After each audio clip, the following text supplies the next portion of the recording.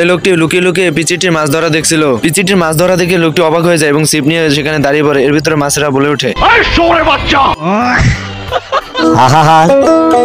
এরপর এই লোকটিকে নদীর মাঝখানে মাছ ধরতে দেখে এই লোকটিও নেমে পড়ে, কিন্তু সে তলিয়ে যায়। আর মানুষ পান নাই, বারবার শুধু আমার উপরে। আরে এই লোকটির তো বগের মতন পা লম্বা।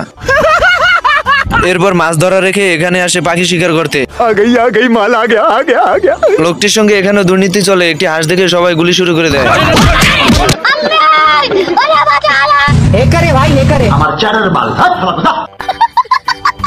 এরপর নারী কেলেঙ্কারি করে হাঁস ধরার চেষ্টা, কিন্তু সেখানেও ব্যর্থ।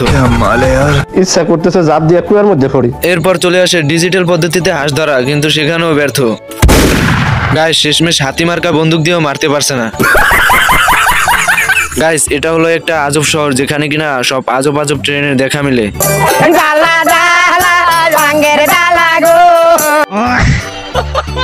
গাইস এবার এই ট্রেনের অবস্থা দেখুন, যে কিনা একটি কচ্ছপের সাথে দৌড়ে পারছে না।